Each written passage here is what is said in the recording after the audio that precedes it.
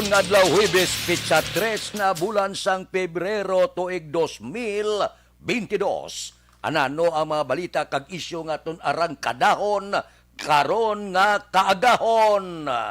Tatlo ka mga komisyoner nagretiro na.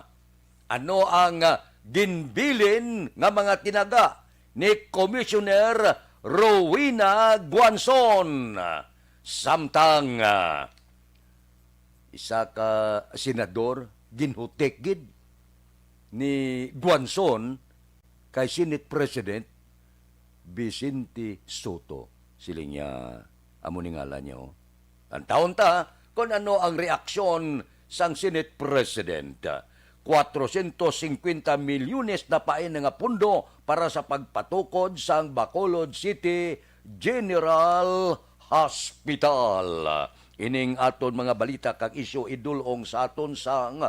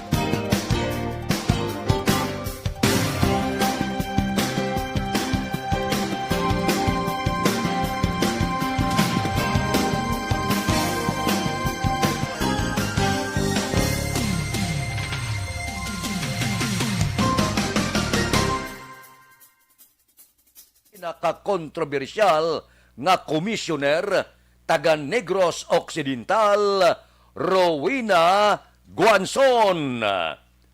Siling niya, antes ako nag-retire, ginhutik ko na kung sino ang senador. Sinong ginutikan niya? Si Senate President Vicente Soto III.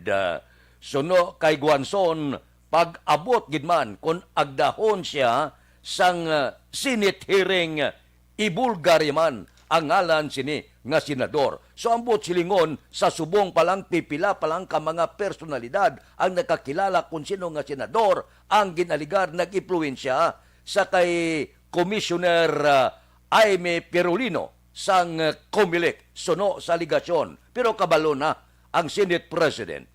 Pero siling ni Senate President Vicente Soto, hindi kuman pag-ipalayag pa ang ngalan kung sino ining senador nga ginhutik kaginsugid sa akon ni Commissioner Rowena Guanzon. Tilang taon ta, kung ipatawag siya sa Senate hearing, siling niya, ibulgar ko ang ngalan. Tisubong, kung aton pamatian, duha pa lang ang nakahibalo.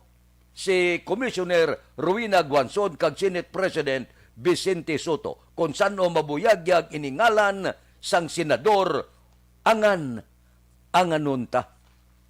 Tidak mo ka pamangkot pagkatapos nagretiro ang kontrobersyal nga si Rowena Guanzon, ano ang matabo sa iya pagabuhi. Ginpalayag man ni Guanzon nga siling niya, ara siya sa shortlist sa posisyon nga Deputy Ombudsman for Visayas. Ara gali sa listahan ang ngalan niya. Nga pagkatapos siya magretiro, posible ang posisyon nga Deputy Ombudsman for Visayas. Galing siling ni Rowena Guanzon, dipindi ini kung ano ang mangin desisyon ni Presidente Rodrigo Duterte. Siling niya, dipindi ulaton ta kung anong desisyon sang Presidente. Kag may ginbuyan masa nga tinaga, hindi pa man subong, pero may plano siya. Posible sa tuig 2025, base pa lang kon entrada politika si Rowena Guanzon. Aksyon Radio Philippine Standard Time, las 6:45. Balikan ta kamo pagkatapos ini.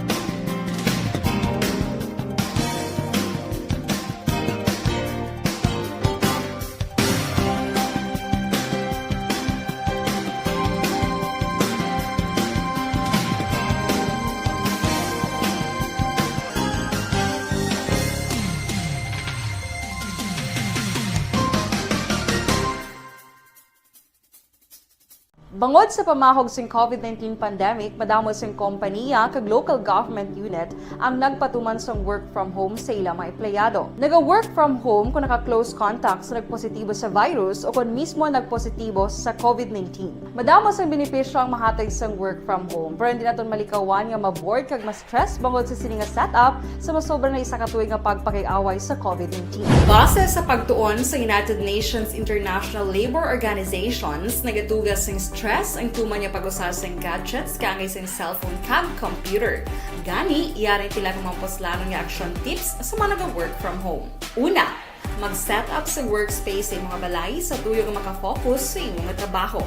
Ang workspace ay hindi kinahanglan nga dako nga kwarto, ang importante, komportable ka sa imong trabaho. Matapos ang pila ka oras nga nagapungko ka mag-computer, dapat may tion nga mag-stretching agud malikawan nga ma-strain ang imong likod o konliog. Time management. Manghimo sa imong time schedule kag mga talapuson nga trabaho para mangin organisado. Magkaon sa husto nga tion, labi na ang pamahaw kag pilion mapagkaon nga maka-boost sa imong memory, concentration kag alertness kaangay sa pumpkin seeds kag dark chocolate. Kung mayaras mga online meetings, advance sa ipahibalo sa imong mga upod sa balay, agud malikawan ang mga disturbo. Ang pigaw nga internet connection ang makatugas sa stress, gani ipreparar ang backup kaangay sa ibang network na may maayong signal para sa mobile data.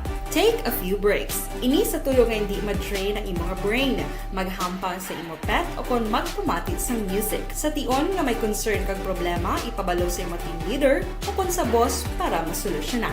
Sa work from home nga setup, ikaw ang may uyat sa imong nga oras. Makasave ka sa plete, makasave ka sa pagkaon, makasave ka sa kwarta, kag makaupo no pa ang imong pamilya. Ang work from home ay may madamo nga hangkat, pero mas madamo sa gihapon ang mahatag nga benepisyo. Ini si Action Dorel Cabato para sa Action Tips, una sa balita, una sa aksyon, sa Bacolod, Aksyon Radio.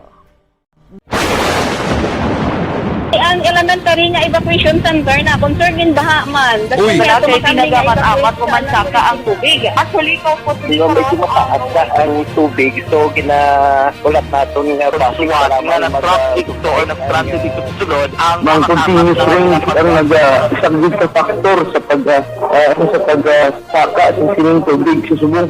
Ang Pilipinas sa mayas ang early warning system para mahibaluan ang lakat sa panahon. Gani, wala sang rason nga hindi kita makapreparar karon ni rainy season.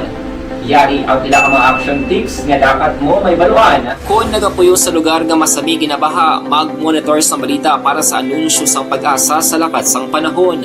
Isa sa pinakapos nga pamaagi para malikawan nga magsulod ang baha sa balay, among paggamit sang sandbag. Ang sandbag ang isa kasako nga may unod nga balas nga pwede ibutang sa pertahan o kung ginaagyan sang tubig para temporaryo nga makontrol ang pagsulod sang tubig sa inyong nga balay. Antes naman ng rainy season, dapat nakapreparar ka na sa pagkaon, flashlight, pito, kandila, hygiene kit, power bank, transistor radio, importante nga mga dokumento, kag iban pa nga kinahanglanon. Ini ang dapat isulod sa go bag nga dapat ibutang sa isa ka lugar nga mapos kuhaon sa tion nga kinahanglan nga mag-evacuate. Sa tion sa pagbaha dapat butangan sang tape ang saksakan sang mga outlet kag ibutang sa mataas nga mga lugar ang appliances. Kunyara sa evacuation center, dapat man nga ipatuman ang minimum health protocol, face mask, face shield kag social distancing batok sa COVID. Sa panahon sa tigululan, dapat man proteksyonan ang ikaayong lawas batok sa pila ka mga masakit. Kang isang dengue, leptospirosis, cholera, typhoid fever, hepatitis A. Nagpanugyan man Aksyon Radio Philippine Standard Time lasay 51 purti gali kadako sang nadula paagi sa buwis sang gobyerno mga 3 bilyones sa tax revenue halin sang tuig 2019 sa smuggling o kon illegal entry sang sigarilyo sa pungsod sa pagkadako bilyon gali. Suno kay Bureau of Customs Deputy Commissioner Teddy Rabal, ang Bureau of Customs nagpalayag na ginabulubanta nila ang nakumpiskar sa ahensya nagdangat sa 9.73 bilyones halin sa tuig 2019 tubtob Enero sini nga tuig. Namirdi ang gobyerno sa buwis lang. Abi kon isip-isipon mga 2.7 9 bilyones gikan sa excise revenue sa smuggle nga sigarilyo. So sa pagkadako gali sang napirde sang gobyerno, man nagsulod na siya, wala makawaan buwis, kinabaligya lang sa sekreto, hindi badakpan, hindi ko maibalaan, kung nga ang hindi ini, masagang gasulod ka sa custom, gasulod ka sa immigration, hindi mabalaan ang illegal nga sigarilyo. Kung sa bagay, galusot gani ang illegal nga druga. Puerte, no? Sa kadako sang kapirdihan sang gobyerno sa mga illegalista. Amo na subong purtigid ang kampanya kontra sa mga gambling lord. Nga suno sa report, ang ginagamit ka kwarta kung hindi gimantanan nga politiko gikan sa panahor kag illegal nga druga. Suno sa report halong gid ang pumuluyo. Base bala ang kwarta nga nagalinupad sa panahon sang eleksyon halin sa mga gambling lord kag subuman drug lord. Panahon na ni nga mamadpad sila kwarta, total wala man na iya kapital. Kung makalusot ang illegal nga droga, milyon-milyon man, bilyon ganiguro. So, pagusto-gasto ang mga illegalista. Hala, hatag kwarta, wala kag tuo. Halong kamo, kay basi mabiktima kamo sining mga personalidad nga nagapakuno-kuno. Maayo klase politiko, maayo klase tao, gali kay ang ginabudbud nga kwarta sa inyo, ginatagaan kamo kag ginapakaon sa pamilya nyo, gikan sa illegal drug lord kag gambling lord. So, halong. Aksyon Radio Philippine Standard Time, lasay 54. Mabalik ako pagkatapos ini. Mga trabaho kasubos ang construction worker, taxi driver,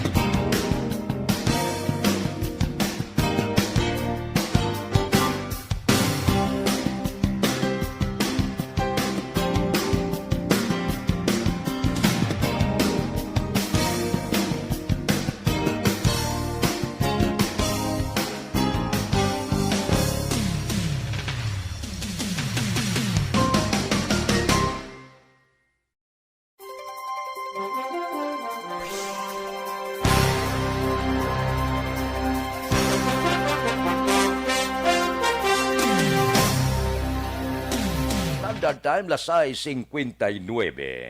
Daw madayon gid ang pagpatukod sang Bacolod City General Hospital. May patukuran na dira sa Barangay Vista Alegre, suno kay Congressman Greg Gasataya, 3.5 hektarya nga propiedad gindonar ini sang pamilya Hinsole. Amo na ang rason nga kung magtindog ini siya, tawgon ini siya nga Teopilo M. Hinsole Memorial Medical Center.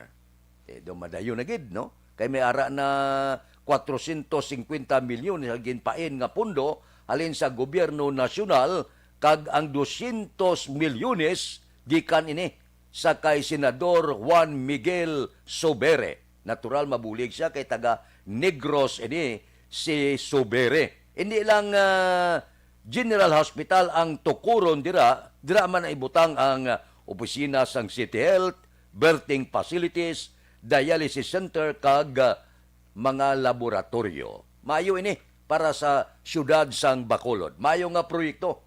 Nagapati kita nga updan ini sang tanan nga mga opisyal. Wala kabilinggan kundi ka nga partido politikal. Ang eleksyon niya pagkatapos Mayo 9, wala na, tapos na. Kung sino magdaog, panginbulahan, kung sino mapirde, aber, tinguha lang, balik lang sa madason nga 3 katuig. Pero ang proyekto, wala pong ganay. Amo ning manami nga sa mga opisyal blang nga mature na kayo, nga kung ang proyekto para sa tao, diin ka man nga partido politikal, opda ninyo. Kung iya sa national opde, kung lokal opde, para ina sa benepisyo sang tao. Ang politikaya, awayan nyo lang paagi sa baluta. Aksyon Radio Philippine Standard Time, las 7:01. Balikan ta kamo pagkatapos ini.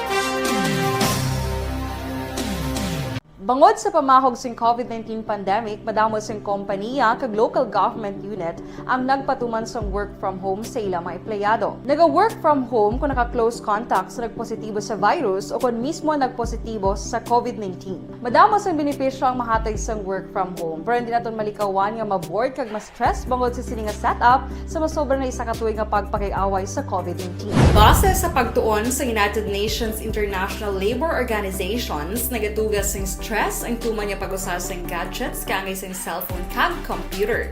Gani, iyaring pila ng mga poslanong nga action tips sa mga nag-work from home. Una, mag-set up sa workspace sa mga balay sa tuyo nga makafocus sa inyong trabaho. Ang workspace ay hindi kinahanglan nga dako nga kwarto, ang importante, komportable ka sa imong trabaho.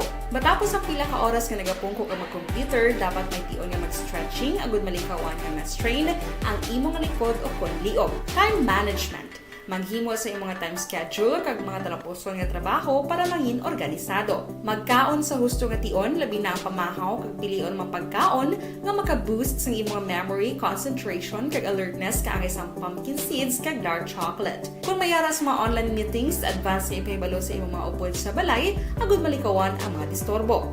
Ang pigaw nga internet connection ang makatugas sa stress, gani ipreparar ang backup kaagay sa ibang nga network nga may maayong signal para sa mobile data. Take a few breaks. Ini sa tuyo nga hindi ma-drain ang imong brain, maghampang sa imo pet o kung magpumati sa music. Sa tion nga may concern kag problema, ipabalo sa imo team leader o kung sa boss para masolusyonan. Sa work from home nga setup, ikaw ang may uyat sa imo nga oras. Makasave ka sa plete, makasave ka sa pagkaon, makasave ka sa kwarta, kag makaupo no pa ang imo pamilya. Ang work from home ay may madamo nga hangkat, pero mas madamo sa gihapon ang mahatag nga benepisyo. Ini si Action Dollar Kabato para sa Action Tips, una sa balita, una sa aksyon, sa Bacolod, Aksyon Radio. Ang elementary nga evacuation center na concern din baha man. Uy. Kaya Kaya tumakami nga ginagamat-amat evacuation kumansaka ang center. tubig. Actually, ikaw po medyo mataas na ang tubig. So, ulat natin nga pasiwala nga ng traffic to or nag-traffic dito sa sulod. Ang continuous rain ang nag-isaglit sa factor sa pagsaka sa sining tubig sa subong. Ang Pilipinas sa mayas ng early warning system. Sa atong Aksyon Balita Morning Edition, upod kita. Kay Aksyon Boy Duran, kag Aksyon Eden Aboso. Mga kaaksyon sa diin ka man sa Pinas, labuton ka sa ngamon balita kag serbisyo. Sama-sama tayo Pilipino. Una sa balita, una sa aksyon, sa Bacolod, Aksyon